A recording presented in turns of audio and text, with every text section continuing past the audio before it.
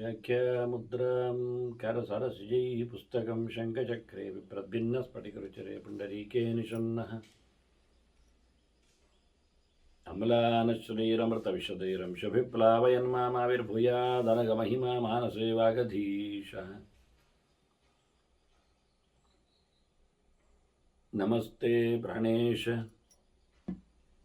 प्रणत विभवायावनिमगाः नमः स्वामिन् रामप्रियतमनमन् गुरुगुण नमस्तुभ्यं भीम प्रबलतम कृष्णेष्ट भगवन् नमः श्रीमन्मध्व प्रदिश सुदर्शन्नो जय जय श्री गुरुभ्यो नमः नारायणं सुरगुरुं जगदेकनाथं भक्तप्रियं सकललोकनमस्कृतं च त्रैगुण्यवर्जितं वजं विभुमाद्यमीशं वन्दे भवग्रम् अमरासुरसिद्धवन्द्यं नारायणं नमस्कृत्य नरं चैव नरोत्तमं देवीं सरस्वतीं व्यासं ततो जयमुदीरये ವೇದವ್ಯಾಸುರ ಮಹಾಭಾರತದ ಚಿಂತಕರಿಗೆ ವಂದನೆಗಳು. ಶಾಂತಿ ಪರ್ವದ 421ನೆಯ ಪ್ರವಚನ.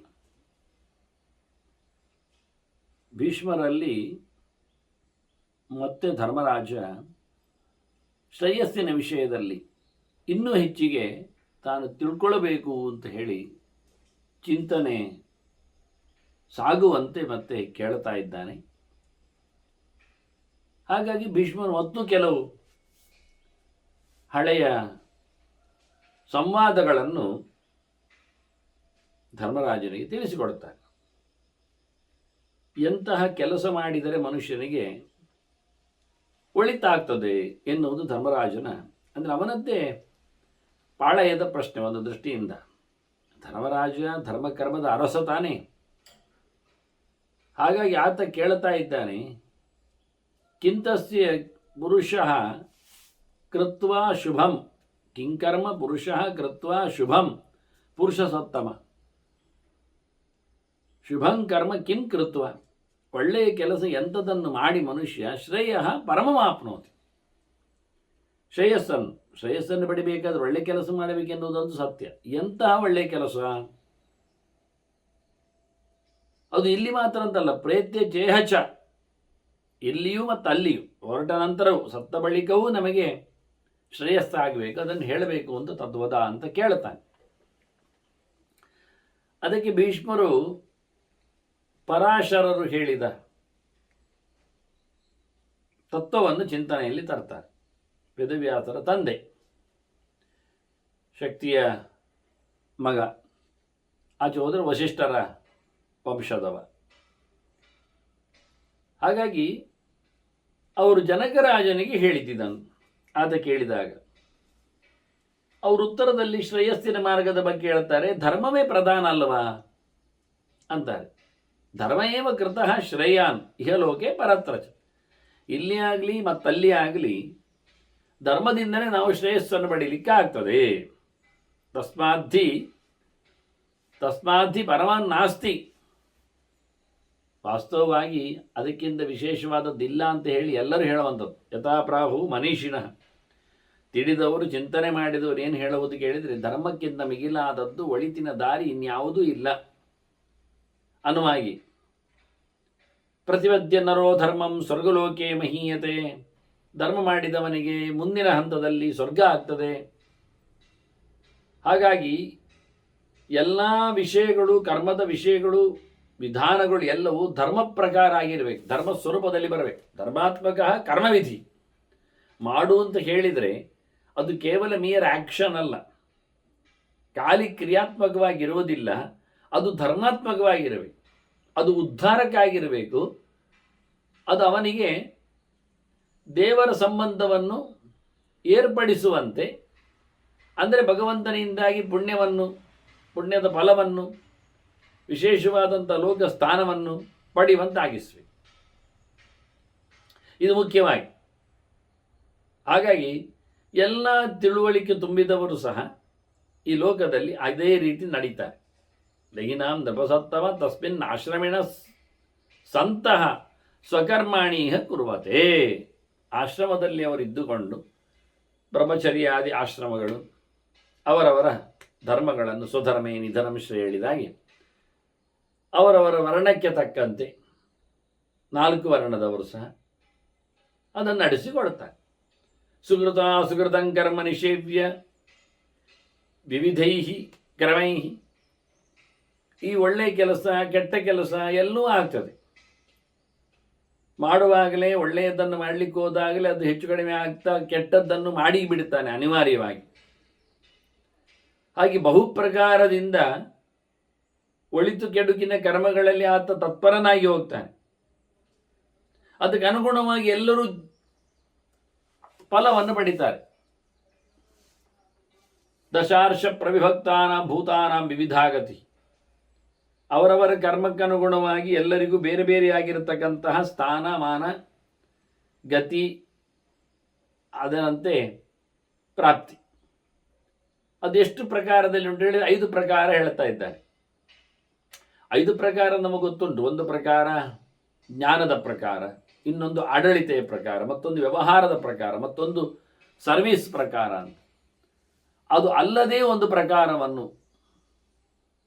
ತೋರಿಸಿಬಿಡ್ತಾರೆ. ಹಾಗಾಗಿ ಇದು ಒಂದು ರೀತಿಯಲ್ಲಿ ಲೋಕದಲ್ಲಿ ಆಗತಕ್ಕಂತಹ ವ್ಯವಸ್ಥೆಗಳು.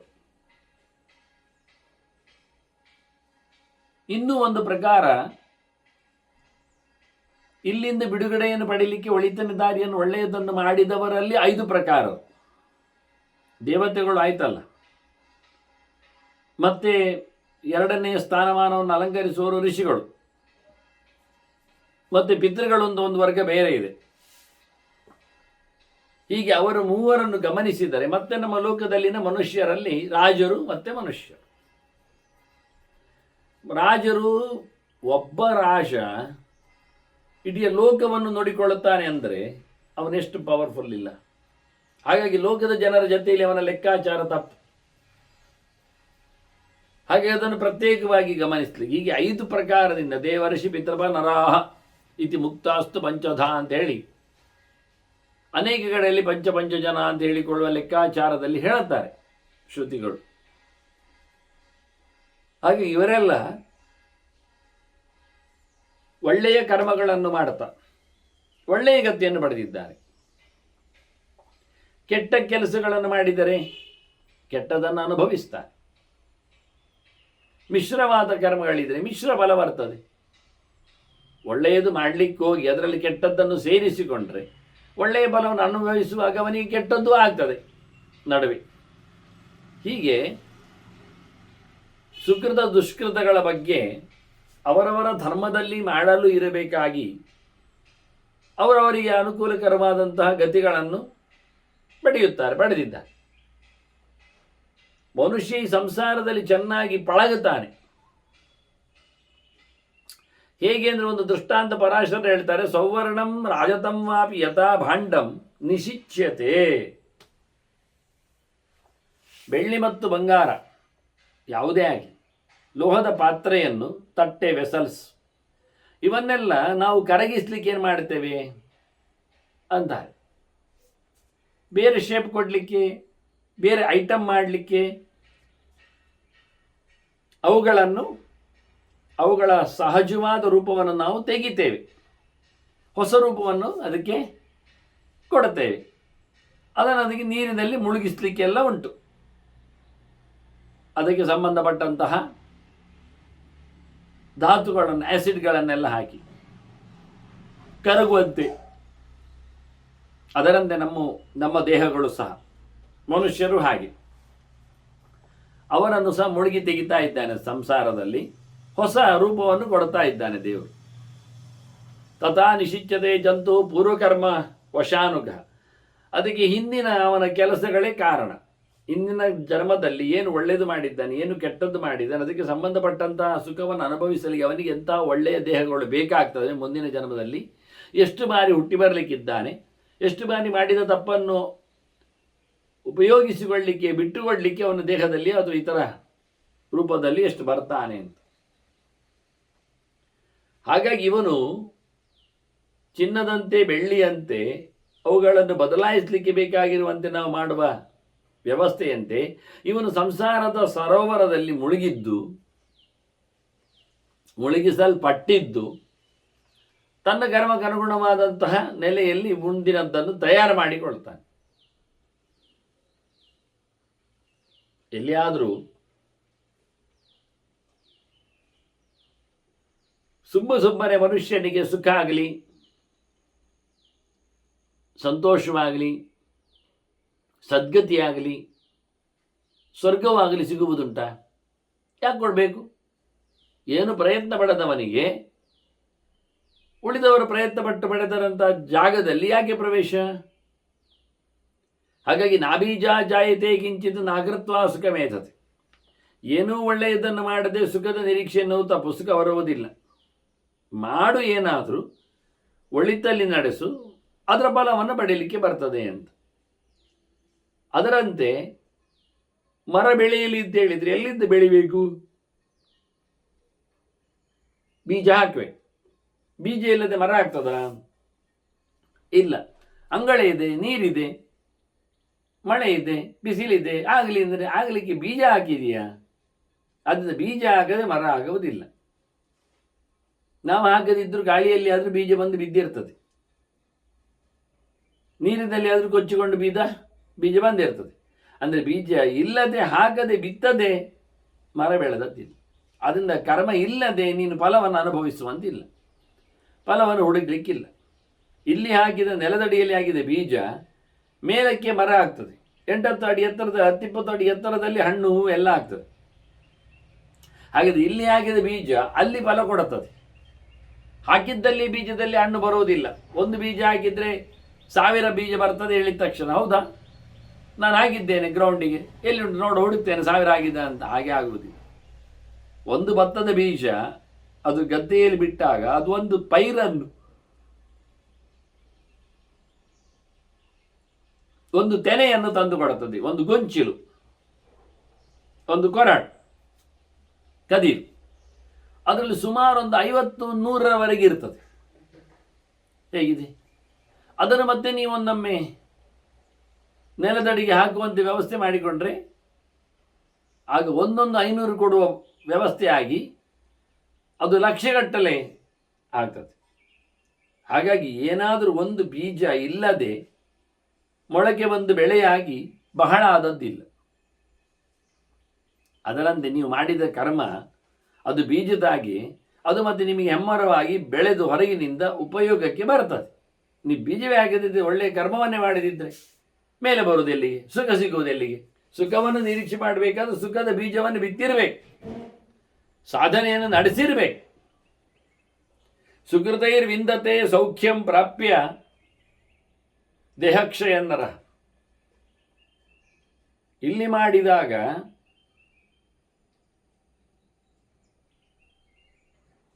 ಕರ್ಮಗಳನ್ನು ದೇಹದಲ್ಲಿ ಆತ ದುಡಿಸಿಕೊಂಡಾಗ ಸೋಲ್ತಾನೆ, ಕಷ್ಟ ಅನುಭವಿಸ್ತಾನೆ, ಶ್ರಮ ಅವನಿಗೆ ಆಗ್ತದೆ. ಹಾಗಾದ್ರೆ ಒಳ್ಳೆಯದು ಮಾಡಿದ್ರಲ್ಲಿ ಲಾಭ ಎಲ್ಲಿ ಆಯಿತು? ನಷ್ಟವೇ ತಾನೆ. ಮಾಡುವಾಗಲೂ ಪರದಾಟ ತಾನೆ. ಅದು ಅದರದ್ದು ಲಾಭ ಸಿಗುವುದಾದರೆ ಮುಂದಕ್ಕೆ ಅಂದಾಗ ಎಲ್ಲಿ ಏನು ಕೇಳಿದರೆ ಅದಕ್ಕೆ ಹೇಳ್ತಾನೆ, ವಾಸ್ತವವಾಗಿ ಒಳ್ಳೆಯದು ಮಾಡಿದಾಗ ಮಾತ್ರವೇ ಅವನಿಗೆ ಸೌಖ್ಯದ ಲಾಭ, ಹೊರತು ಯಾವುದರಿಂದಲೇ ಇಲ್ಲ. ಸುಮ್ಮನೆ ತನ್ನಷ್ಟಕ್ಕೆ ಬರುವುದಿಲ್ಲ. ಮತ್ತು ಒಳ್ಳೆಯದು ಮಾಡಿದರೆ ಅವನಿಗೆ ಸಿಗುವಂಥದ್ದು ಲಾಭ ದೇಹ ಕ್ಷಯ ಆದ ನಂತರ. ಸತ್ತ ಬಳಿಕದ ಸುದ್ದಿ ಅದು. ಇಲ್ಲಿಯೇ ಎಲ್ಲವನ್ನು ಕ್ಯಾಶ್ ಮಾಡಲಿಕ್ಕೆಲ್ಲ ಹುಡುಕಬೇಕು ಅಂತಿಲ್ಲ. ಬಹಳ ಕಮ್ಮಿಯಲ್ಲಿ ಇಲ್ಲಿಯೂ ಆಗ್ತದೆ. ಉತ್ಕಟವಾದಂಥ ಕರ್ಮಗಳಲ್ಲಿ ಕೆಟ್ಟದಾಗಲಿ ಒಳ್ಳೆಯದಾಗಲಿ ರಿಸಲ್ಟ್ ಇಲ್ಲಿಯೇ ಬರೋದುಂಟು. ಎಲ್ಲ ಕಡೆಯಲ್ಲಿ ಎಲ್ಲ ರೀತಿಯಲ್ಲಿ ಅಲ್ಲ. ಮತ್ತೆ ದೇವರು ಕೊಡುವುದಲ್ವಾ? ಹೌದು, ಕೊಡುವುದು. ಅಂದ ದೇವರು ಇಲ್ಲಿಲ್ವಾ? ಇದ್ದಾರೆ. ಹಾಗಾದ್ರೆ ಅವನೆಂತ ಮಾಡಿದ? ಅವನೆಂತ ಮಾಡಬೇಕು? ಅವನು ನಿಮ್ಮ ಕರ್ಮಕ್ಕೆ ಅನುಗುಣವಾಗಿ ಅವನು ತನ್ನ ಕೆಲಸವನ್ನು ಮಾಡ್ತಾನೆ. ವೈಷಮ್ಯ ನೈರ್ಗಿರಣೇನ ಅಂತ ಹೇಳಿಕೊಂಡು ದೇವರಿಗೆ ಪಕ್ಷಪಾತಗಳು ಇಲ್ಲ ಹೇಳಿದ್ದು ಯಾಕೆ ಅಂದರೆ ಅವನು ಎಲ್ಲರ ಕರ್ಮಗಳನ್ನು ನೋಡಿಕೊಂಡು ಅದಕ್ಕೆ ಅನುಗುಣವಾಗಿ ಅವರಿಗೆ ಫಲವನ್ನು ನೀಡ್ತಾನೆ. ಅದು ದೈವಂತಾತನ ಅವಶ್ಯ. ಸುಮ್ಮನೆ ದೇವರು ಏನೂ ಇಲ್ಲದೆ, ಬೇಸಿಕ್ ಇಲ್ಲದೆ ಅವನವನ ಕರ್ಮ ಅನುಭವಿಸಿ ನೋಡದೆ ಹೇಳಲಿಕ್ಕೆ ಹೋಗುವುದಿಲ್ಲ, ವ್ಯವಸ್ಥೆ ಮಾಡುವುದಿಲ್ಲ. ನಾಸ್ತಿ ದೈವಸ್ಯ ಸಾಧನಂ. ದೈವದ ಹತ್ತಿರದಲ್ಲಿ ಯಾವುದೇ ರೀತಿಯಾದಂತಹ ಕೆಲಸ ಇಲ್ಲ. ಮನುಷ್ಯನ ಪ್ರಯತ್ನ, ಅದಕ್ಕೆ ಸಂಬಂಧಪಟ್ಟಂಥ ಯೋಗ್ಯತೆ. ಪ್ರತಿಯೊಬ್ಬನು ಅವನಿಗೆ ತಕ್ಕುದಾಗಿ ಮಾಡ್ತಾನೆ. ಸ್ವಭಾವತೋ ಹಿ ಸಂಸಿದ್ಧ ದೇವಗಂಧರ್ವ ದಾನವ. ಒಬ್ಬೊಬ್ಬರ ಒಂದು ರೀತಿಯಾದ ಸಾಧನೆಗಳು. ಯಾಕೆ ಹಾಗೆ? ಒಬ್ಬೊಬ್ಬರ ಸ್ಥಾನಮಾನಗಳು ಸತ್ತವಳಿಕವೋ ಇನ್ನಿತರವೋ ಸಂಬಂಧಗಳಲ್ಲಿ ಬೇರೆ ಬೇರೆ. ಅದು ಯಾಕೆ ಹಾಗೆ? ಅದಕ್ಕೆ ಅವರದ್ದು ಸ್ವಭಾವವೇ ಅದಕ್ಕೆ ಕಾರಣ. ಅವರು ಹಾಗೆ ಅಷ್ಟೇ. ಗಿಳಿ ಹಾಗೆ ಯಾಕೆ ಕೂಗ್ತದೆ, ಕಾಗೆ ಯಾಕೆ ಹಾಗೆ ಕೂಗುವುದಿಲ್ಲ ಕೇಳಿದರೆ ಅದು ಗಿಳಿಯ ಸ್ವಭಾವ ಆಗಿ ಉಂಟು, ಅದಕ್ಕೆ ಬೇಕಾದಂಥ ವಿನ್ಯಾಸ ಆಗಿ ಮಾಡಿದ್ದಾರೆ, ಸರಿ. ಹಾಗೆ ಪ್ರತಿಯೊಬ್ಬರಲ್ಲಿ ಇರತಕ್ಕಂತಹ ಅವರದ್ದೇ ಆಗಿರತಕ್ಕಂಥ ಗುಣಲಕ್ಷಣಗಳನ್ನು ನಾವು ಸ್ವಭಾವ, ಅಂದರೆ ತನ್ನದ ಭಾವ ಅಂದರೆ ಧರ್ಮ, ತನ್ನಲ್ಲಿ ಮಾತ್ರವೇ ಇರತಕ್ಕದ್ದು. ಇದರಿಂದಾಗಿ ಎಲ್ಲ ದೇವತೆಗಳು, ಗಂಧರ್ವರು, ಹಾಗೆ ಸೋಕಾಲ್ಡ್ ದಾನವರು, ಯೋಗ್ಯರು, ಬಲಿ, ಪ್ರಹ್ಲಾದ ಮುಂತಾದವರು, ಇವರೆಲ್ಲ ಅವರವರ ಪಾಳಯದಲ್ಲಿ ಅವರವರಿಗೆ ಅನುಕೂಲಕರವಾದಂಥ ಜ್ಞಾನಗಳನ್ನೆಲ್ಲ ಸಂಪಾದನೆ ಮಾಡಿದವರು. ಅವರು ಅದೇ ರೀತಿಯಾದ ಸ್ವಭಾವದಲ್ಲಿ ಇರೋರು. ಜ್ಞಾನವಾಗಲಿ ಆನಂದವಾಗಲಿ ಅದು ಸ್ವಭಾವನಿಷ್ಠ, ಇನ್ಬಿಲ್ಟ್ ಹೇಳಿದಾಗೆ. ಅದನ್ನು ಬದಲಾಯಿಸಲಿಕ್ಕೆ ಆಗುವುದಿಲ್ಲ.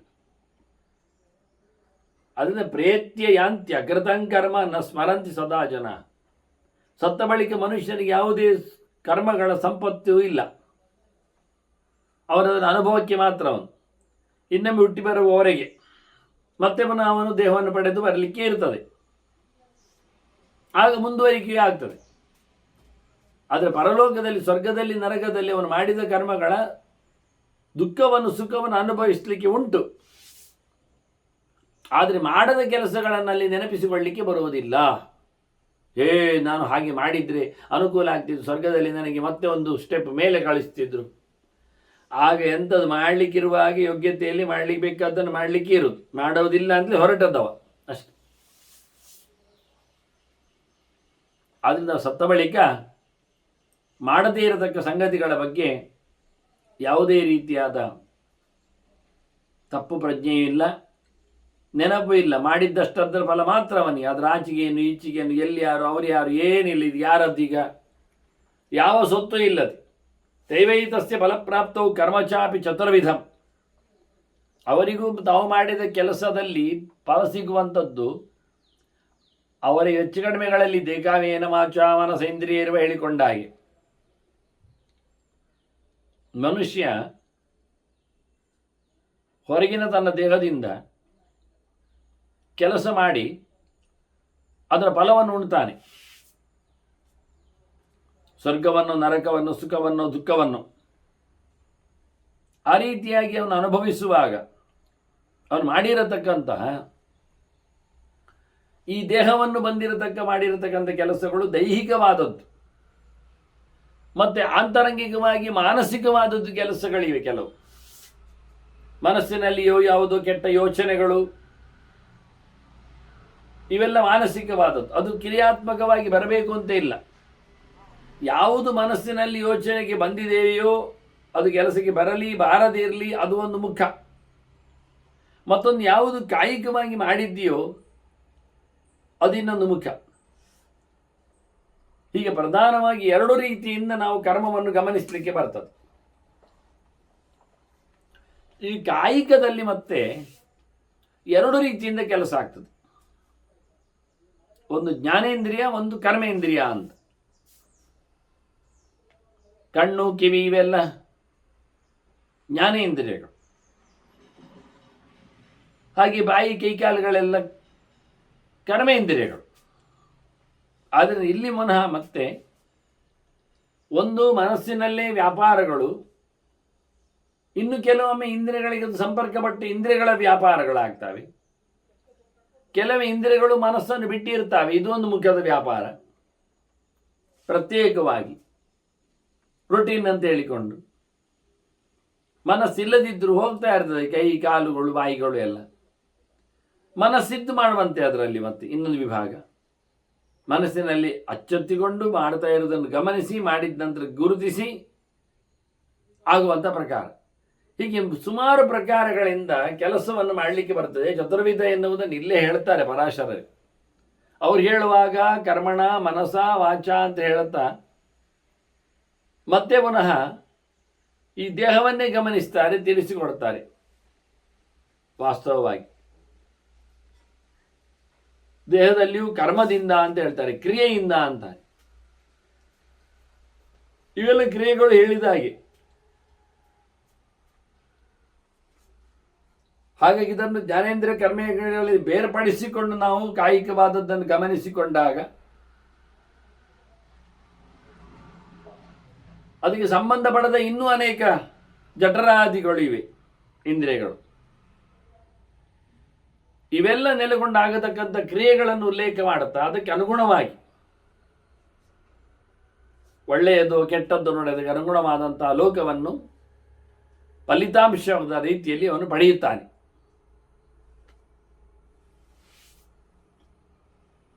ಲೋಕಯಾತ್ರಾಶ್ರಯಶ್ಚೈವ ಶಬ್ದ ವೇದಾಶ್ರಯಕೃತ. ಇಲ್ಲಿ ಅವನಿಗೆ ಬದುಕಲಿಕ್ಕೆ ಹೇಳಿಕೊಟ್ಟದ್ದೆಂತ ಕೇಳಿದರೆ ವೇದ.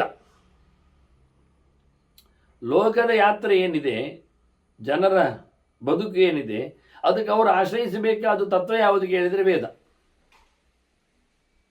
ಮನುಷ್ಯನಿಗೆ ತಿನ್ನಲಿಕ್ಕೆ ಹೇಳಿಕೊಡಬೇಕಾಗಿಲ್ಲ. ಹಸಿವಾಗ್ತದೆ ಅಂದಾಗ ತಿನ್ನುತ್ತಾನೆ, ಅದನ್ನು ಮತ್ತೆಗೋ ನಾಳೆಗೆ ಇಡುವಂಥ ವ್ಯವಸ್ಥೆಯನ್ನು ಮಾಡಿಕೊಂಡಿರ್ತಾನೆ.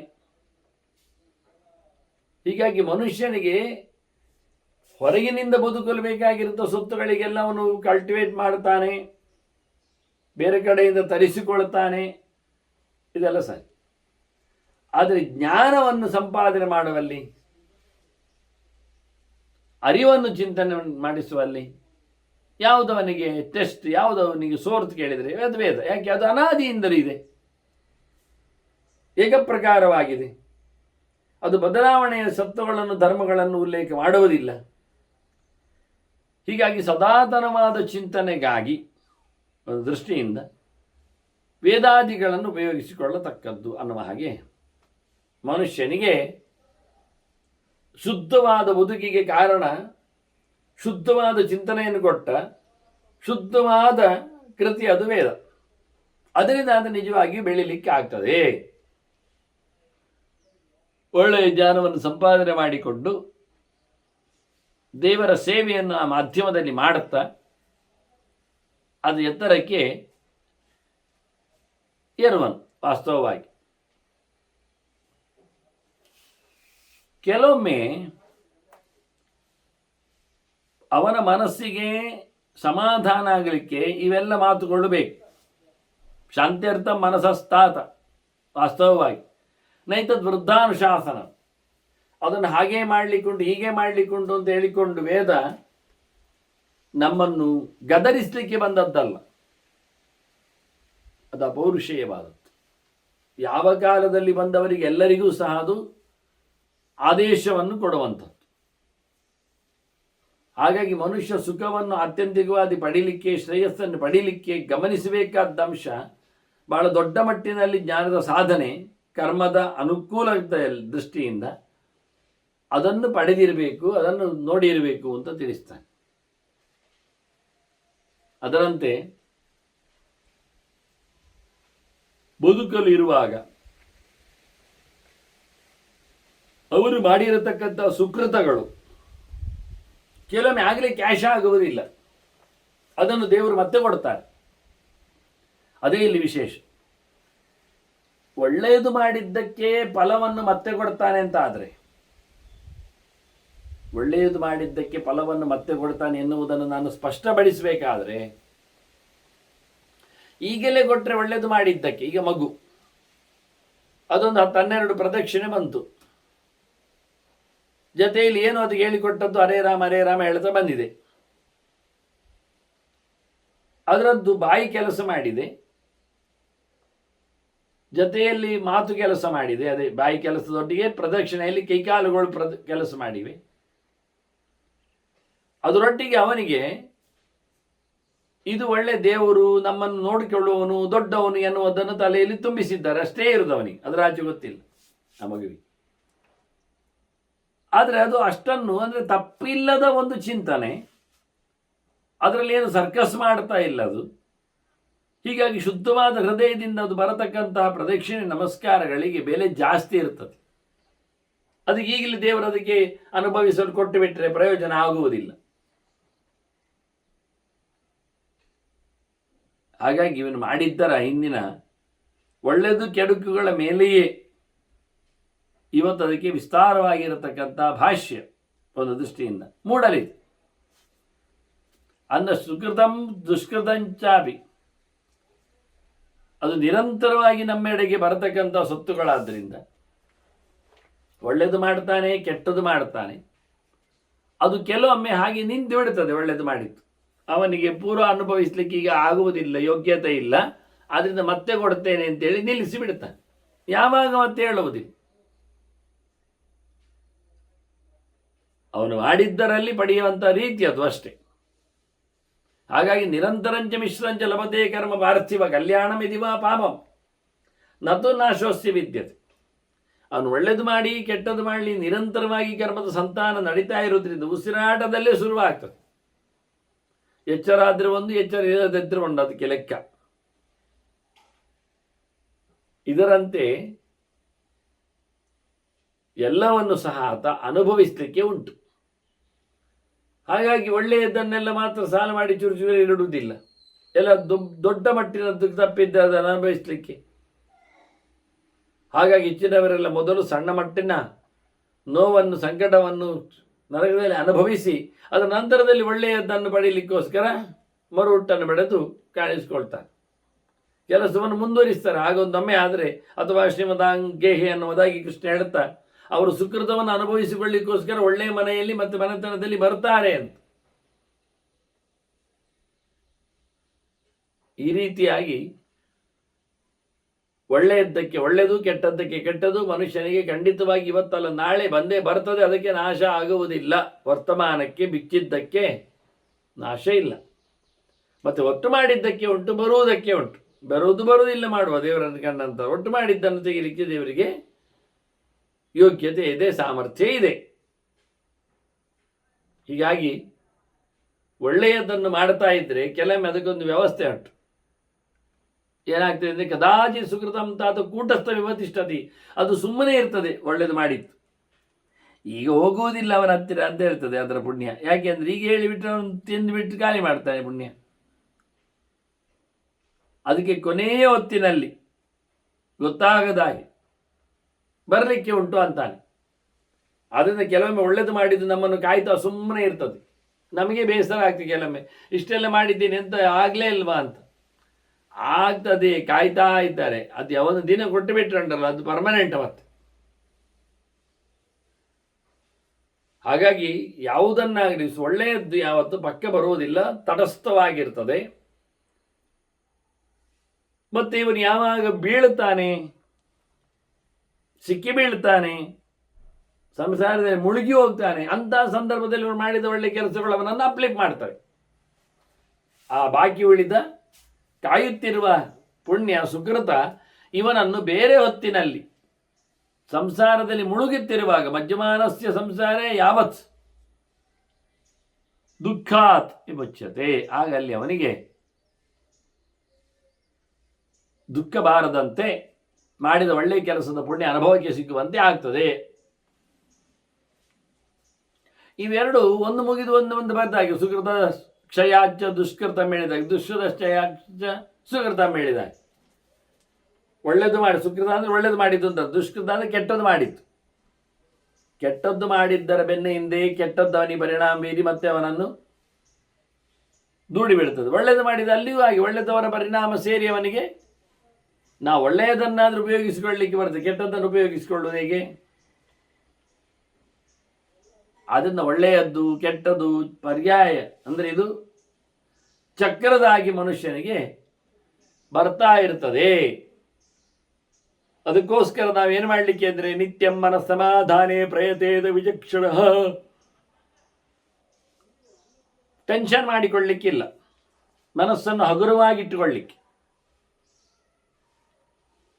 ಇದರಿಂದ ಅವನಿಗೆ ಮನಸ್ಸು ಸಮಾಧಾನ ಆದರೆ ಒಳ್ಳೆಯ ಕೆಲಸಗಳು ಮಾಡಲಿಕ್ಕೆ ಅವನಿಗೆ ಸಂತೋಷ ಏರ್ಪಡ್ತದೆ. ಅದನ್ನು ಸಾವಧಾನವಾಗಿ ಮಾಡುವ ಮೂಲಕ ಅದು ಸರಿಯಾಗ್ತದೆ. ಯಾವಾಗ ಗಡಿಬಿಡಿ ಟೆನ್ಷನ್ ಇರ್ತದೋ ಅಂತಹ ಸಮಯದಲ್ಲಿ ಅವನಿಗೆ ಯಾವುದೇ ಸೊತ್ತುಗಳು ಚೆನ್ನಾಗಿ ಕೆಲಸ ಮಾಡಲಾರವು. ಅದರ ಮನಸ್ಸೇ ಪ್ರಧಾನವಾಗಿ ತಿಳಿಯಾಗಿಟ್ಟುಕೊಳ್ಳಿಕ್ಕೆ ಉಂಟು. ಅದರಿಂದ ಅವನು ಒಳ್ಳೆಯದನ್ನು ಹೆಚ್ಚು ಮಾಡ್ತಾನೆ. ಮನಸ್ಸಿನ ಕಿರಿಕಿರಿಯಿಂದಾಗಿ ಕೆಟ್ಟ ಕೆಲಸ ಮಾಡ್ತಾನೆ ಅಥವಾ ಕೆಲಸವನ್ನು ಕೆಟ್ಟದಾಗಿಸ್ತಾನೆ. ಆದ್ದರಿಂದ ಸಾಮಾನ್ಯವಾಗಿ ಪೌರೋಹಿತ್ಯ ಪ್ರಕರಣದಲ್ಲಿ ಮೊದಲು ಅಂದರೆ ಪ್ರತಿನಿತ್ಯ ಅಂತ ಕೆಲಸಕ್ಕೆ ಬಂದಾಗ ಅಂತ ಅರ್ಥ. ಕೆಲಸಕ್ಕೆ ಬಂದಾಗ ಮೊದಲ ಹೊತ್ತಿನಲ್ಲಿ ಪ್ರತಿನಿತ್ಯ ಯಾವತ್ತೇ ಬರಲಿ ಪುರೋಹಿತನು ಯಾವುದೇ ಕರ್ಮಾಂಗವನ್ನು ನಡೆಸಲಿ, ಆಗ ಅವನಿಗೆ ಯಜಮಾನ ಕೇಳಲಿಕ್ಕುಂಟು ಮನಸ್ಸಮಾಧೀಯತಾ ಅಂತ ಹೇಳಲಿಕ್ಕುಂಟು. ತಲೆ ಚೆನ್ನಾಗಿರಲಿ, ಮನಸ್ಸು ಒಳ್ಳೆಯದಾಗಿರಲಿ, ಸಮಾಧಾನ ಮನಸ್ಕರಾಗಿರಲಿ ಅಂತ. ಆಗ ಅವರು ಅವನು ಹೇಳಿದ್ದಕ್ಕೆ ಪ್ರಸೀದಂತ ಪ್ರಸನ್ನ ಸ್ಮಃ ಅಂತ ಹೇಳಬೇಕು. ಹೌದು, ನಾವು ಚೆನ್ನಾಗಿದ್ದೇವೆ. ಮನಸ್ಸಮಾಧೀಯತ ಒಳಗೆ ಸಮಾಹಿತ ಮನಸ್ಸ ಸ್ಮಃ, ಮಂಡೆ ಸಮ ಉಂಟು ಹೇಳಬೇಕು. ಅವರು ಇವಾಗ ಕೇಳಬೇಕು, ತಲೆ ಚೆನ್ನಾಗಿರಲಿ ಅಂತ, ಚೆನ್ನಾಗಿದೆ ಅಂತ ಹೇಳಬೇಕು. ನಾವು ಅಟೆನ್ಷನ್ ಹೇಳಿದಾಗೆ, ಜಾಗ್ರತ ಅಂತ ತಿಳಿಸಿದಾಗೆ ಪೌರಿತ್ಯ ಪ್ರಕರಣದಲ್ಲಿ ಅದನ್ನೇ ಕೇಳ್ತಾರೆ. ಆದ್ದರಿಂದ ಎಲ್ಲಿಯೋ ಒಂದು ಕಡೆಯಲ್ಲಿ ಯಾವತ್ತೂ ಒಬ್ಬರಿಗೆ ಆಗಿ ಹೋದ ಸಮಸ್ಯೆ ಅಲ್ಲ ಇತ್ತು, ಅಲ್ಲೇ ಇರಬೇಕಾತ್ತು. ಪೂರ್ಣ ಪ್ರಮಾಣದಲ್ಲಿ ಅದನ್ನು ತಿಳ್ಕೊಳ್ಬೇಕಾದ್ದು ಸಂಗತಿ. ಈ ರೀತಿಯಾಗಿ ಬಹಳ ಸುಂದರವಾಗಿ ಮನಸ್ಸಿನ ಸಮಾಧಾನದಲ್ಲಿ ಕರ್ಮಾಂಗಗಳ ಚೌಕಟ್ಟು ಅಥವಾ ಅವುಗಳ ಶ್ರೇಯಸ್ಸು, ಅದರೊಟ್ಟಿಗೆ ಅದು ಮಾತ್ರ ಅಲ್ಲ, ಮನಸ್ಸಿನೊಟ್ಟಿಗೆ ಅಲ್ಲಿ ಬೇಕಾಗಿರತಕ್ಕಂಥ ಗುಡ್ ಕ್ವಾಲಿಟೀಸ್ ಅದನ್ನೆಲ್ಲ ಪರಾಶರ ಹೇಳ್ತಾರೆ. ದಮಃ ಕ್ಷಮ ಕೃತಿ, ದಮಃ ಕ್ಷಮ ಧೃತಿ ತೇಜ, ಅದರೊಟ್ಟಿಗೆ ಸಂತೋಷ, ಸತ್ಯವಾದಿತ, ಅದರಂತೆ ಹ್ರೀಹಿ, ಅಹಿಂಸ, ಅವ್ಯವಸಿತ, ದಾಕ್ಷ್ಯಂ ಹೇಳಿಕೊಂಡು ಒಂದು 10 ಚೇತಿಸುಖಾವಹಾಹ ಅಂತ 10 ಅವನಲ್ಲಿ ಮುಖ್ಯವಾದಂಥ ಗುಣಗಳು ಇರಬೇಕು. ಮೊದಲಿಗೆ ಅವನು ದಾಂತನಾಗಿರಬೇಕು. ಅವನಲ್ಲಿ ನಿಗ್ರಹ ಇರಬೇಕು. ಇಂದ್ರಿಯಗಳನ್ನು ಬೇಕಾದಲ್ಲಿಗೆ ಓಡುವಂತೆ ಮಾಡಲಿಕ್ಕೆ ಹೋಗಬಾರ್ದು. ಇದು ಮುಖ್ಯವಾದ ವಿಷಯ. ದಮ ಇಂದ್ರಿಯ ನಿಗ್ರಹ ಅಂತೇಳಿ ಕೃಷ್ಣನೇ ಉದ್ದವನಿಗೆ ಅದರದ್ದು ವಿವರಣೆ ಕೊಟ್ಟಿದ್ದಾನೆ. ಅದು ವಿಪರೀತವಾಗಿರತಕ್ಕಂಥ ಶಬ್ದ. ಅದು ವಿಪರೀತ ಮಾಡಿದರೆ ಮದ ಬರ್ತದೆ. ಮದ ಅಂದರೆ ಸೊಕ್ಕು, ಒಂದು ದೃಷ್ಟಿಯಿಂದ ಈಗೋ ಇದ್ದಾಗೆ, ಸ್ವಾಭಿಮಾನ, ಗರ್ವ, ಇಲ್ಲದನ್ನು ತೋರಿಸುವ ಬುಟಾಟಿಕೆಯ ಒಂದು ಬಗೆ. ಅದೆಲ್ಲ ಇರಲಿಕ್ಕಿಲ್ಲ ಹೇಳಲಿಕ್ಕೋಸ್ಕರದನ್ನೇ ಹೇಳಿದ್ದು ದಮ. ಇಂದ್ರಿಯಗಳು ಯಾವುದು ಸೆಟೆದು ನಿಲ್ಲುವುದಲ್ಲ, ಬಗ್ಗಿರುವುದು. ಕ್ಷಮೆ, ಎಲ್ಲದಕ್ಕೂ ಎಲ್ಲ ಕಡೆಯಲ್ಲಿ ಏನೇನೋ ತಪ್ಪಾಗಿರ್ತದೆ, ಹೆಚ್ಚು ಕಡಿಮೆ ಆಗಿರ್ತದೆ, ಅದಕ್ಕೊಂದು ಸಹಿಸಿಕೊಳ್ಳಬೇಕು. ಕ್ಷಮೆ, ಎಲ್ಲವನ್ನು ಆಯಿತು ಎಂದು ಬಿಟ್ಟಿಡುವಂಥದ್ದು. ಹಾಗೆ ಧೈರ್ಯ ಮಾಡುವಲ್ಲಿ, ಹಾಗೆ ತೇಜಸ್ಸು, ಯಾವುದಕ್ಕೆ ಎಂದು ಸೋಲುವುದಿಲ್ಲ ಎನ್ನತಕ್ಕಂಥ ಒಂದು ಗಟ್ಟಿತನ, ಸಂತೋಷ, ಖುಷಿಯಲ್ಲಿರಬೇಕು, ಅಳಮೋರೆಯಲ್ಲಿ ಮಾಡುವುದಲ್ಲ, ಸತ್ಯವಾದಿತ, ಮತ್ತೆ ಸುಳ್ಳು ಹೇಳುವುದಲ್ಲ, ಒಳ್ಳೆ ರೀತಿಯಿಂದ ತಿಳಿಸಬೇಕಾದ್ದನ್ನು ನೇರ ಹಾಗೆ ಹೇಳಬೇಕಾಗ್ತು. ಅದರೊಟ್ಟಿಗೆ ಮುಖ್ಯವಾಗಿ ಅವನಲ್ಲಿ ಇರುವಂಥದ್ದು ಹ್ರೀಹಿ, ತಪ್ಪು ಮಾಡಲಿಕ್ಕೆ ನಾಚಿಕೆ. ಅದು ಪರವಾಗಿಲ್ಲ, ಪ್ಲಾಸ್ಟಿಕ್ಕನ್ನು ಕಟ್ಟಿಬಿಡ್ತಾನೆ, ತಂದಿಡ್ತಾನೆ. ಅದು ಹೇಳಿದ್ದಾರೆ ಬೇಡ, ಅದು ತಂದ್ರಲ್ಲಿ ಇರಲಿ, ಅದು ಎಲ್ಲಿ ಒಂದುಂಟು ಇರಲಿ. ಹಾಗೆ 10ರಲ್ಲಿ ಒಂದು ತಪ್ಪನ್ನು ಹಾಗೆ ಸೇರಿಸಿ ಬಿಡುವುದು, ಅದರಿಂದ ಎಲ್ಲವೂ ತಪ್ಪಾಗ್ತದೆ. ಆದ್ದರಿಂದ ತಪ್ಪು ಮಾಡಬಾರದು. ಅಹಿಂಸಾ, ಯಾರಿಗೂ ಹಿಂಸೆ ಮಾಡಲಿಕ್ಕಿಲ್ಲ. ಅವ್ಯವಸಿತ, ಎಲ್ಲಿಯಲ್ಲಿಯೋ ತಲೆ ಹಾಕುವುದಲ್ಲ, ಏಕಾಗ್ರವಾದ ಮನಸ್ಸಿನಲ್ಲಿ ನಡೆಸಬೇಕಾದ್ದು ಕತೆ. ವ್ಯವಸಾಯ ಅಂದರೆ ಕೃಷಿ, ಗಟ್ಟಿದನ, ಅಧ್ಯಯನ. ಬುದ್ಧಯ ವ್ಯವಸಾಯಿನ ಬಹುಶಾಖಾಹಿ ಅನಂತಾಶ್ಚ ಅಂತ ಕೃಷ್ಣ ಹೇಳಿದ್ದ. ನಿಜವಾಗಿ ಪ್ರಯತ್ನ ಪಡೆದವರಿಗೆ ಎಲ್ಲಿಯೋ ಮನಸ್ಸು ಹೇಗೋ ಇರ್ತದೆ ಅನ್ನೋದಾಗಿ. ಬುದ್ಧಯ ಅವ್ಯವಸಾಯಿನ ಅಂತ. ವ್ಯವಸಾಯ ಅಂದರೆ ವ್ಯವಸಾಯಾತ್ಮಿಕ ಬುದ್ಧಿ ಏಕೇಹ. ಶಾಸ್ತ್ರ ಪ್ರಕಾರವಾಗಿ ಕೃಷಿ ಮಾಡಿದ ಪ್ರಯತ್ನ ಪಟ್ಟಿರತಕ್ಕ ಬುದ್ಧಿಯಲ್ಲಿ ಏನು ವ್ಯತ್ಯಾಸ ಇರುವುದಿಲ್ಲ. ಆದ್ದರಿಂದ ಅವ್ಯವಸಾಯ ಇರಬಾರದು. ಮತ್ತು ದಕ್ಷತೆ, ಒಳ್ಳೆ ಪ್ರಯತ್ನ ಮಾಡುವಲ್ಲಿನ ಯೋಗ್ಯತೆ, ಇವಿಷ್ಟು ಮನುಷ್ಯನಿಗೆ ಒಳ್ಳೆಯದನ್ನು ತಂದುಕೊಡ್ತದೆ, ಪುಣ್ಯಕ್ಕೆ ಕಾರಣವಾಗ್ತದೆ, ಅವನ ದೇಹದಲ್ಲಿ ಸುಖಕ್ಕೆ ಜಾಗ ಉಂಟು. ಹಾಗೆ ಸುಖ ದುಃಖೇ ಸಮಾಧಾಯ ಪುಮಾನ್ ಅನ್ಯೇನ ಗಚ್ಚತಿ ಅನ್ಯೇನೇವ ಜನಸರ್ವ ಸಂಗತೋ ಯಚ್ಚ ಪಾರ್ಥಿವ ಅಂತ. ಸುಖಕ್ಕಾಗಲಿ ದುಃಖಕ್ಕಾಗಲಿ ಅಳುಕದೆ, ಅಂಜದೆ, ಬರಮಾಡಿಸಿಕೊಳ್ಳದೆ, ಪುಣ್ಯಕ್ಕೋ ಪಾಪಕ್ಕೋ ಒಗ್ಗದೆ, ಬಿಗ್ಗದೆ, ಬೀಗದೆ, ಬಾಗದೆ, ಮತ್ತೇನು ಮಾಡ್ತಾನೆ ಅವನು? ಸೀದಾ ಬೇರೆಡೆಗೆ ಸಾಗ್ತಾನೆ, ಅಂದರೆ ಮೋಕ್ಷದಾರಿಯನ್ನು ಹಿಡಿತಾನೆ. ಇದು ಕೆಲವರ ಕಥೆ. ಇನ್ನು ಕೆಲವರು ಅನ್ಯೇನೇವ ಜನಃ ಸರ್ವ, ಮತ್ತು ಸುಮಾರು ಜನರೆಲ್ಲ ಪ್ರವೃತ್ತಿ ಮಾರ್ಗದಲ್ಲಿದ್ದಾರೆ. ಧರ್ಮಕರ್ಮ ಮಾಡ್ತಾರೆ, ಅದರ ಲಾಭವನ್ನು ಪಡಿತಾರೆ, ಮತ್ತು ಅದನ್ನು ವೈಭವೀಕರಿಸ್ತಾರೆ, ಮತ್ತೊಬ್ಬನ ನಡೆಸ್ತಾರೆ, ಹೀಗೆ ಆಗ್ತಾ ಇರ್ತದೆ.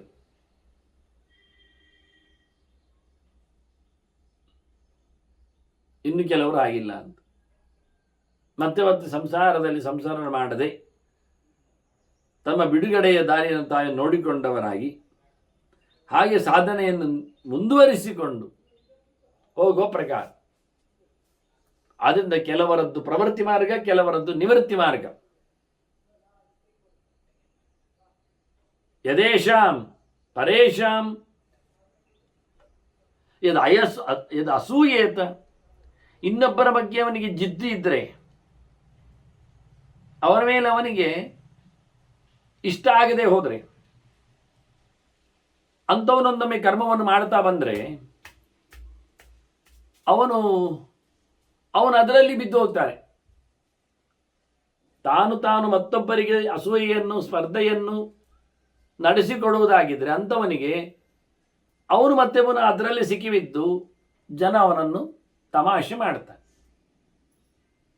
ಹಾಗಾಗಿ ಪರೇಶಾಂ ಯದ್ ಅಸೂಯೇತ ನದತ್ ಕುರಿಯಾತ್ ಸ್ವಯಂ ನರಃ, ಹೇಗೆ ಮನುಷ್ಯ ಅವನಿಗೆ ಅನ್ಯಾಯ ಮಾಡಲಿಕ್ಕೆ ಆಗ್ತದೋ ಅಂಥ ರೀತಿಯಲ್ಲಿ ಮಾಡಲಿಕ್ಕೆ ಹೋಗ್ಬಾರ್ದು.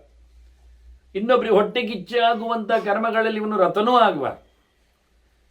ಸ್ಪರ್ಧೆಗೆ ಬಿದ್ದವರಾಗಿ ಎಲ್ಲರನ್ನು ತುಳಿದುಕೊಂಡು ಹೋಗುವಂತೆ ಮಾಡಲಿಕ್ಕೆ ಹೋದರೆ ಇವನನ್ನು ಮತ್ತೆ ಅದೇ ರೀತಿಯಾಗಿ ಮಗದೊಬ್ಬ ಸ್ಪರ್ಧೆಯಲ್ಲಿ ಇಟ್ಟುಕೊಂಡು ಹಾಳು ಮಾಡಲಿಕ್ಕೆ ನೋಡ್ತಾನೆ. ಇದರಿಂದ ಯೋಗ್ಯ ಅಸೂಯು ತಥಾ ಯುಕ್ತ ಸ ಅಪಹಾಸಂ ನಿಮಜ್ಜತಿ, ಅಂಥವರಿಗೆ ತಮಾಷೆ ಮಾಡಿ ಅವನನ್ನು ಮುಳುಗಿಸಿ ಆಗ್ತಾರೆ. ಹಾಗಾಗಿ ಯಾರೆಲ್ಲ ಎಂಥವರೆಲ್ಲ ಬರಬಾರದು, ಬರಲಿಕ್ಕಿಲ್ಲ, ಬಾರದಂತೆ ಇರಬಾರದು, ಎಂಥದ್ದು ಇರ್ತದೆ, ಎಂಥವರ ಬಗ್ಗೆ ನಾವು ಇಷ್ಟಪಡಬಾರದು ಕೇಳಿದರೆ ಅವರು ಹೇಳ್ತಾನೆ ಭೀರು ರಾಜನ್ಯ, ಹೇಡಿಯಾದ ರಾಜನ ಬಗ್ಗೆ ಜನ ಹೇಸಿಗೆ ಮಾಡ್ತಾರೆ. ಬ್ರಾಹ್ಮಣ ಸರ್ವಭಕ್ಷ್ಯ, ಎಲ್ಲವನ್ನು ತಿನ್ನುವವನು ಅಂತ ಯಾರಿದ್ದಾನೆ, ಭಕ್ಷ್ಯಾಭಕ್ಷ್ಯ ವಿವೇಕ ಇಲ್ಲದೆ, ನೀರುಳ್ಳಿ ಬೆಳ್ಳುಳ್ಳಿ ಅಂತ ಹೇಳಿಕೊಳ್ಳದೆ, ಅಥವಾ ಅದು ಎಂಥದ್ದು ಕುರುಳು ಚುರುಮುರಿ ಹಾಗೆಲ್ಲ ಇಂಥದ್ದನ್ನೆಲ್ಲ ಸಿಕ್ಕಾಬಟ್ಟೆ ತಿಂದಾಗುವ ಅವನನ್ನು ಜನ ಹೇಸಿಗೆ ಅಂತ ಹೇಳುತ್ತಾರೆ, ಹೊರಗಿಡುತ್ತಾರೆ, ಅಪಹಾಸಕ್ಕೆ ಗುರಿ ಮಾಡುತ್ತಾರೆ. ಹಾಗೆ ವೈಶ್ಯೋ ನಿಹಾರ, ವ್ಯಾಪಾರಿ ಎಲ್ಲ ಕಡೆಯಿಂದಲೂ ಬೇಕಾದಷ್ಟು ದುಡ್ಡನ್ನು ಎಳೆಯುವುದೇ ಆಗಿಬಿಟ್ರೆ, ಜನರನ್ನು ಬೋಳಿಸುವುದೇ ಅವನ ವ್ಯಾಪಾರ ಅಂತಾದರೆ, ಅದರಂತೆ ಹೀನವರ್ಣ ಅಲಸಷ್ಟ, ಕೆಲಸ ಮಾಡಲಿಕ್ಕಿದ್ದವ ಕೆಲಸ ಮಾಡುವುದರಲ್ಲಿ ಸೋಮಾರಿತನ ತೋರಿಸಿದ್ರೆ ಅಂಥವನನ್ನು ಜನ ಮೆಚ್ಚುವುದಿಲ್ಲ ಅಂತಾರೆ. ವಿದ್ವಾಂಚ ಅಶೀಲ, ಒಳ್ಳೆಯ ಆಚಾರ ನಿಷ್ಠೆ ಇಲ್ಲದ ಒಬ್ಬ ವಿದ್ವಾಂಸ, ತಿಳಿದುಕೊಂಡು ಮಾಡದವ, ಅವನೇನು ಉಪಯೋಗಕ್ಕೆ ಬರ್ತಾನೆ. ವೃತ್ತಹೀನ ಕುಲೀನ, ದೊಡ್ಡ ಮನೆಯಲ್ಲಿ ಹುಟ್ಟಿದ್ದಾನೆ, ಅದಕ್ಕೆ ಅನುಗುಣವಾದಂಥ ಕರ್ಮವನ್ನು ಮಾಡ್ತಾ ಇಲ್ಲ, ಇಂಥವರ ಕಥೆ ಹೇಗೆ?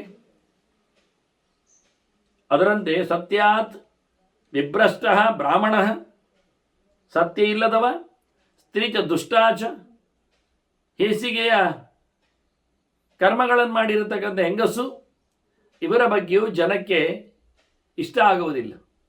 ಅದರಿಂದ ಎಲ್ಲವನ್ನು ಬಿಟ್ಟುಕೊಟ್ಟವ ಸನ್ಯಾಸಿ ರಾಗಿ ಯುಕ್ತ, ಅವನು ಆಸೆ ಆಕಾಂಕ್ಷೆಗಳಿಗೆ ಬಿದ್ದಿದ್ದಾನೆ.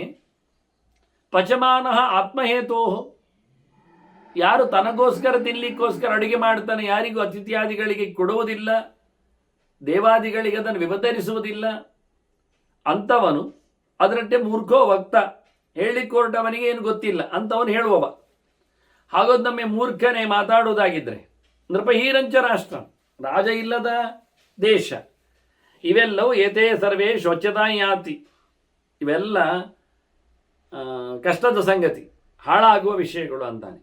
ಅದರೊಟ್ಟಿಗೆ ರಾಜನ ಬಗ್ಗೆ ಜನಕನಿಗೆ ಹೇಳುವುದರಿಂದ ಪರಾಶರ ಹೇಳ್ತಾನೆ, ರಾಜ ಎಚ್ಚ ಅಯುಕ್ತ ಸ್ನೇಹಹೀನ ಪ್ರಜಾಸ್, ಪ್ರಜೆಗಳಲ್ಲಿ ಯಾರಿಗೆ ಮಮತೆ ಇಲ್ಲ ಅಂಥವನು ರಾಜನಾಗಿ ಏನು ಪ್ರಯೋಜನ ಆಗ್ತಾನೆ. ಅದನ್ನು ಮನುಷ್ಯ ಹೇಗಿರಬೇಕು ಅಂದರೆ, ಮನೋರಥ ರಥಂ ಪ್ರಾಪ್ಯ ಇಂದ್ರಿಯಾರ್ಥ ಹಯಂ ನರಃ ರಶ್ಮಿಭಿ ಜ್ಞಾನ ಸಂಭೂತೈ ಯೋಗಚ್ಚತಿ ಸ ಬುದ್ಧಿಮಾನ್. ಅವನು ಮನಸ್ಸು ಎನ್ನುವುದು ರಥ, ಆ ರಥ ಮನೋರಥವನ ಯೋಚನೆಗಳ ರಥ. ಅದಕ್ಕೆ ತನ್ನ ಇಂದ್ರಿಯಗಳನ್ನೆಲ್ಲ ಸಿಕ್ಕಿಸಬೇಕು. ಆ ಇಂದ್ರಿಯಗಳು ಕುದುರೆಗಳು, ಅವುಗಳಿಗೆ ಕಟ್ಟ ಹಾಕಬೇಕು, ಅವುಗಳಿಗೆ ಹಗ್ಗ ಜಡಿಬೇಕು. ಆ ಹಗ್ಗ ಯಾವುದು ಕೇಳಿದರೆ ಜ್ಞಾನರಶ್ಮಿ. ತಿಳುವಳಿಕೆಯಿಂದ ಇಂದ್ರಿಯಗಳನ್ನು ಚೆನ್ನಾಗಿ ಹದ್ದುಬದ್ದಿನಲ್ಲಿಟ್ಟುಕೊಂಡು ಮನಸ್ಸು ಏನು ಬೇಕೋ ಅದನ್ನು ಪಡೆಯಲಿಕ್ಕೋಸ್ಕರವ ಹೊರಟ್ರೆ ಅಂಥವ ನಿಜವಾಗಿ ಬುದ್ಧಿವಂತ ಅಂತ ಅರ್ಥ. ಇಲ್ಲಾದರೆ ಹಗ್ಗ ಕಟ್ಟದಿದ್ದರೆ ಕುದುರೆಗಳು ಎಲ್ಲಿ ಓಡ್ತಾವೆ? ಮನಸ್ಸಿನ ರಥಕ್ಕೆ ಈ ಕುದುರೆಗಳನ್ನು ಹೇಳಿದ್ದೆ ಅದು ಯಾವುದನ್ನು ಬಯಸ್ತದೆ, ಅದನ್ನು ಬಯಸಿದ್ದಕ್ಕೆ ಸರಿಯಾಗಿ ಕುದುರೆಗೆ ಸರಿಯಾಗಿ ಕಡಿವಾಣ, ಹೀಗೆ ಮಾಡಿಕೊಂಡು ಒಳ್ಳೆಯ ಪಯಣಿಗನಾಗ್ತಾನೆ. ಸೇವಾಶ್ರಿತೇನ ಮನಸಾ ವೃತ್ತಿಹೀನಸ್ಯ ಶಸ್ಯತೆ. ವಾಸ್ತವವಾಗಿ ಏನು ಇಲ್ಲದವನು ಕೆಲಸ ಮಾಡಲಿಕ್ಕೆ ಬರ್ತದೆ ಇನ್ನೊಬ್ಬರಲ್ಲಿ. ಆದರೆ ಯಾರಲ್ಲಿ ಕೇಳಿದರೆ ದ್ವಿಜಾತ್ಯಸ್ಥ ನಿರವೃತ್ತ ನತು ತುಲ್ಯಾತ್ ಪರಸ್ಪರಾತ್. ಒಳ್ಳೆ ಯೋಗ್ಯನ ಹತ್ತಿರದಲ್ಲಿ ಅವನು ಕೆಲಸ ಮಾಡಿಕೊಂಡು ಬದುಕಲಿಕ್ಕೆ ಅನುಕೂಲ ಆಗ್ತದೆ ಹೊರತು ಕರ್ಮ ಅಂದರೆ ಹೇಗಿರ್ತದೆ ಅಂತ, ಉದಾತ್ತವಾದ ಕರ್ಮ ಅಂತ. ಕೆಲಸ ಅಂತೇಳಿ ಯಾರದ್ದೋ ಕೆಲಸ ಮಾಡೋದ್ರಿಂದ ಆಗುವುದಿಲ್ಲ, ತನಗೆ ಸಮನಾದವನಲ್ಲಿಯೂ ಆಗುವುದಿಲ್ಲ, ತನಗಿಂತ ಕಿರಿಯನಲ್ಲಿಯೂ ಕೆಲಸ ಮಾಡುವುದನ್ನು ಕೆಲಸ ಹೇಳುವುದಿಲ್ಲ. ಇದರ ಬಗ್ಗೆ ಕೆಲಸದ ಯಾದಿಯಲ್ಲಿ ಶವೃತ್ತಿ ನಿಜ ಸೇವನೆಯನ್ನುವುದಾಗಿ ಹೇಳಿಕೊಟ್ಟಿದ್ದಾರೆ, ನಾರದರೇ ಪಾಠವನ್ನು ಮಾಡಿದ್ದನು. ಹೀಗಾಗಿ ಮನುಷ್ಯ ಬದುಕಿನಲ್ಲಿ ಬಂದಾಗ ಅವನಿಗೆ ಆಯುಷ್ಯ ಸಿಗುವುದು ಬಹಳ ಕಡಿಮೆ. ಪುರುಷೋತ್ತೇ ಇಲ್ಲದ ಯುಗ ಅವನದ್ದು. ಆಯುರ್ನ ಸುಲಭಂ ಲಬ್ಧ್ವಾ ನಾವಕರ್ಷೇತ್ ವಿಷಾಂಪತಿ. ಅವನು ಅದನ್ನು ಹಾಳು ಮಾಡಿಕೊಂಡು ಕೆಳಗೆ ಬೀಳುವುದಲ್ಲ. ದೇವರು ಕೊಟ್ಟ ಆಯುಷ್ಯದಲ್ಲಿ ಮೇಲಕ್ಕೆ ಹೋಗ್ಬೇಕು, ಬೆಳೀಲಿಕ್ಕೆ ನೋಡ್ಬೇಕು. ಉತ್ಕರ್ಷಾರ್ಥಂ ಪ್ರಯತೇತ ನರಹ ಪುಣ್ಯೇನ ಕರ್ಮನ. ಒಳ್ಳೆ ಕೆಲಸದಿಂದ ಮೇಲಕ್ಕೆ ಹೋಗ್ಲಿಕ್ಕೆ ಆಗ್ತದೆ, ಕೆಲಸದಿಂದ ಮೇಲಕ್ಕೆ ಹೋಗ್ಲಿಕ್ಕೆ ಬರುವುದಿಲ್ಲ. ಇನ್ನೊಬ್ಬರನ್ನು ಕಾಲಡಿ ಹಾಕಿಕೊಂಡು ಮೇಲಕ್ಕೆ ನಿಲ್ಲಕ್ಕೆ ಬರ್ತದೆ, ಅದು ಒಳ್ಳೆಯದಾಗಲಿಲ್ಲ, ಅದು ಶುಭ ಕರ್ಮ ಅಲ್ಲ. ಅದನ್ನು ಬೆಳೆಯುವುದು ಅಂದಾಗ ಇನ್ನೊಬ್ಬರಿಗೆ ತೊಂದರೆ ಆಗದಂತೆ ಬೆಳೆಯುವುದು, ಅವನಿಗೂ ತೊಂದರೆ ಆಗದಂಥ ಬೆಳವಣಿಗೆ, ಅದು ಸಹಜವಾಗಿ ಆಗುವಂಥ. ತನ್ನನ್ನೇ ನಾಶ ಮಾಡಿಕೊಳ್ಳುವುದರಲ್ಲಿ ಬೆಲೆ ಇಲ್ಲ. ಹಾಗಾಗಿ ನಮಗೆ ಬೆಳಕು ಬೇಕು ಹೇಳಿ ನಮ್ಮ ಬೆರಳನ್ನೇ ಬೆಂಕಿಯಲ್ಲಿ ಹಾಕಿಕೊಂಡು ಬೆಳಕು ಮಾಡಲಿಕ್ಕೆ ಬರುವುದಿಲ್ಲ. ಅದರಿಂದ ನಾವು ಉಪಯೋಗಕ್ಕೆ ಬೆಳಕಿನಲ್ಲಿ ಕೂತಿದ್ದೇವೆ ಹೇಳಿಕೊಳ್ಳಿಕ್ಕೆ ಆಗುವುದಿಲ್ಲ.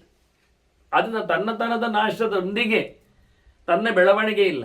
ಇದನ್ನೇ ಶ್ರುತಿ ಹೇಳಿತ್ತು, ಉದ್ಯಾನಂತೆ ಪುರುಷ ನಾಮಯಾನಂ ಅಂತ. ಓ ಮನುಷ್ಯ, ನೀನು ಮೇಲಕ್ಕೆ ಹೋಗ್ಲಿಕ್ಕೆ ಬಂದದ್ದು ಹೊರತು ಕೆಳಗೆ ಬೀಳಲಿಕ್ಕಲ್ಲ. ಇರುವ ಸ್ಥಿತಿಯನ್ನು ನೀನು ಉಪಯೋಗಿಸು, ನಿಂತಲ್ಲಿ ನಿಂತುಕೋ, ಕೆಳಗೆ ಜಾರಬೇಡ, ಇಳಿಬೇಡ, ಮತ್ತೆ ಮೇಲೆ ಕತ್ತಲಿಕ್ಕೆ ಪ್ರಯತ್ನಿಸು. ಅದಕ್ಕೆ ಬೇಕಾಗಿರತಕ್ಕ ಒಳ್ಳೆ ಕರ್ಮವನ್ನು ತಿಳ್ಕೋ ಅಂತ ಇದರಲ್ಲಿ ಬಹಳ ಸ್ಪಷ್ಟವಾಗಿ ಹೇಳಿದರು. ಅದು ಮಾಡಿದರೆ ಆಯ್ತು, ಯಾವಾಗಾದ್ರೂ ಆಗ್ತದೆ ಹೇಳಿದ್ದಕ್ಕೆ ಹೇಳಿದ್ರು ಆಯುರ್ನ ಸುಲಭಂ ಲಬ್ಧ್ವ ಅಂತಾನೆ.